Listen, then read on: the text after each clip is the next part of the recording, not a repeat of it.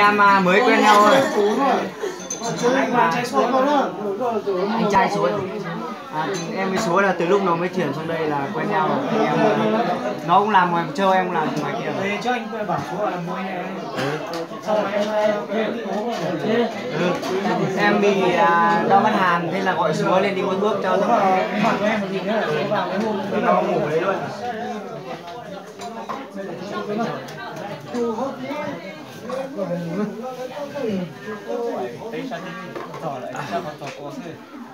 Nên sao nên sao giờ chùa ấy không? Chờ. Sẽ sắp bẻ cho khó giàu rồi là. Chờ lỡ mua nên mua phải kỹ thì phải được không mua đi. Sẽ hậu có sao là chỉ có mà để hậu kia mua đây.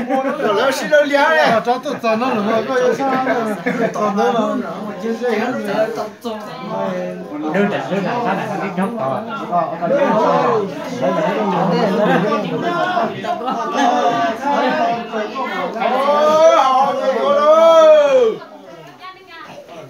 vì dọc đi gọi cái lình cái luôn vào đây vào trong này đấy ngồi đi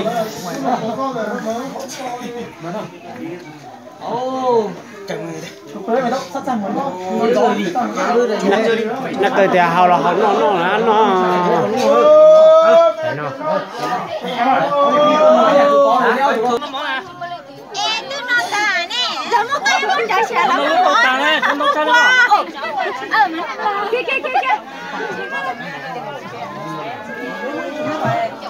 nó chịu trăng người cũng trăng là tại cái tôi chơi những tôi quan trọng tôi là tại cái nó không ra thì sư chị nên rồi những chỗ tụi mình nói chuyện những chỗ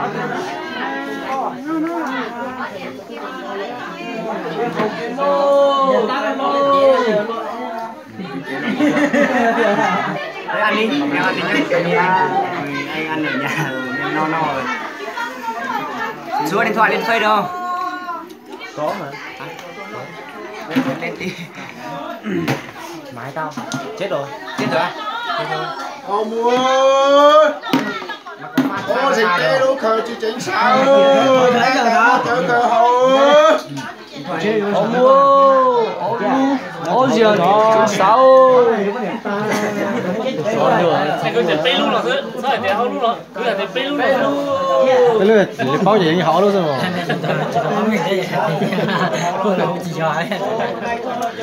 Đúng là tên mình hơi quyến là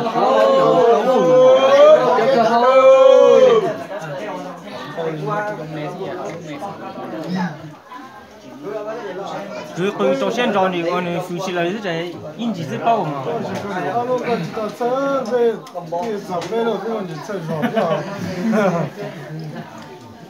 我背录拎掉这样的这个，那这这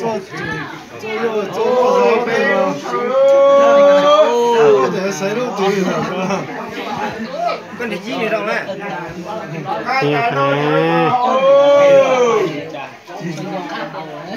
tại nô chờ cờ tại hậu cũng nhiều to rồi mà, những người mà nó cũng nhận được rồi.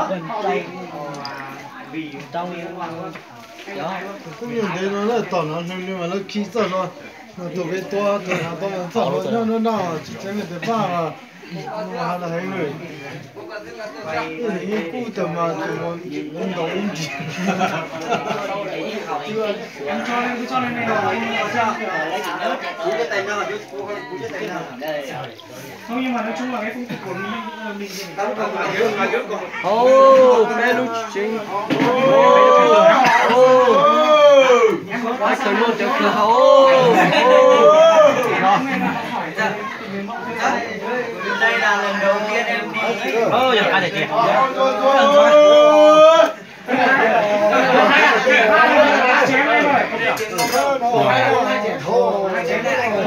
nhưng mà thế Thôi nó ăn chút này.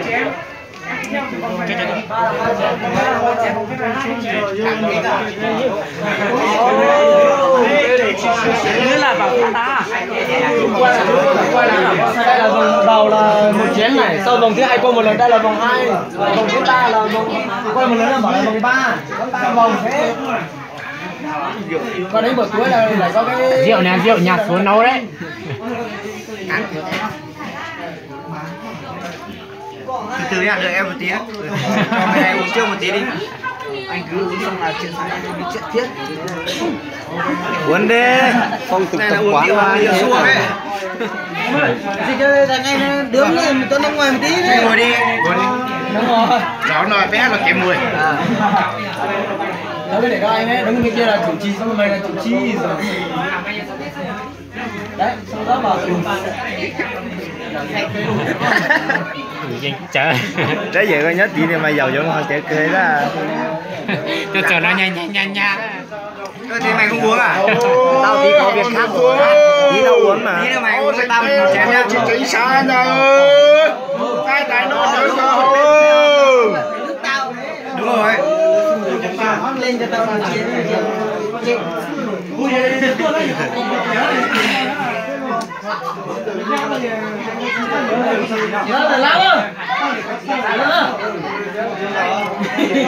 Thế đến đây vòng thứ 10 là phải uống 10 chén à? À đến vòng 3 thôi gì? Đường là đến vòng thứ 10 là uống 10 chén thì thôi. Cuối mà con gái là cuối là có nhiều chén là có nhiều, có 9 vòng. Thôi, hon chôn Tê dành tê khởi tất cả chính xác đâu.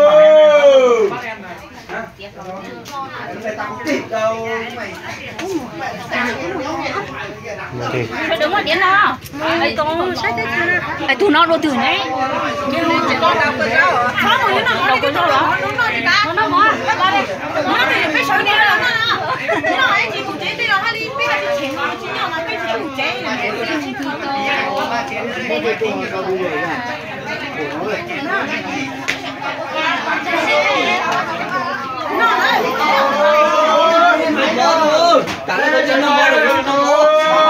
Bây giờ bảo nó để tiền dùng cho mày thôi. Không phải đến đâu. Có nhiều đâu này nó thế chứ. À đây. Nhớ cho không đấy. Mà Giờ thì nhỏ quay. nó giờ bé hỗ trợ thì phát nhiên đó. Giờ từ hôm mai giờ Bé đó có giờ hay giờ bé cái chém hung thủ rồi bé đó hay giờ bé nó lúc trông. Quần ninh này, nó giờ phát nhiên. Có xem bài. Nói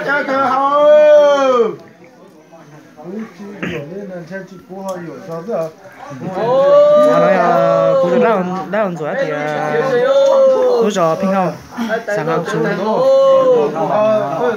đầu tiên là gọi đau là cái giá khỏe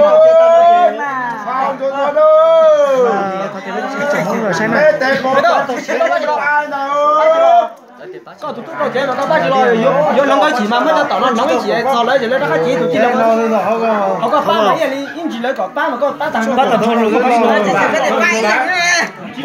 còn chỉ nó mấy cái ba nó Chơi lấy sao rồi chết tao lười lấy chứ là. tất cả sẽ là tôi chơi chưa ba nó là xin đỡ Cho là chúng tôi chỉ chạm ba con bè xa con bè xa thì nó giờ pin không sáng hàng chú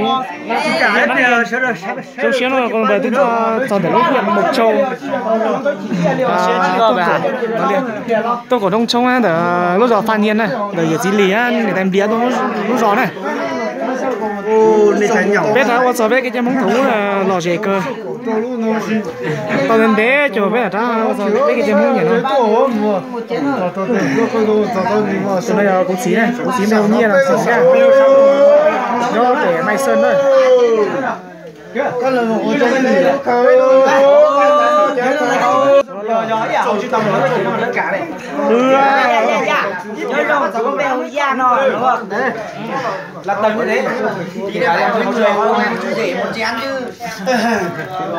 em cứ từ từ em à tí xe ok luôn không ai đi làm bát tỏ tôi đọc cái gì mà cho lúc nó Đấy là chuyện thiệt. Hoàng ơi mới tao có gì không hiểu anh ok anh giải thích tao mới nhớ cái gì được tao mới nhớ cái gì được Anh là cũng ở trên Mai Sơn à? Anh Mai Sơn. Mai Sơn nhưng mà làm Cái Mộc Châu. Mộc Châu. Tiểu khu 10. Anh từ khu 14 biết đi Thế rồi. lúc nữa ở trên Châu. Có gì tối đi chơi thì anh em gọi. Ok thoải mái. nó bây tút tàu chở này nếu coi được sẽ cắt ta đi à giờ nó sao mới có đây được họ là mới chỉ đông mua này hả chẳng Không, cái Bắc Yên, cái Bắc Yên. Thì xa nhưng mà cái tình cảm trong khác như mình thì nó được. chỗ này là giờ xử nhau rồi này chỉ bao nhiêu để nhau nữa gì có bãi nhá có hái gì à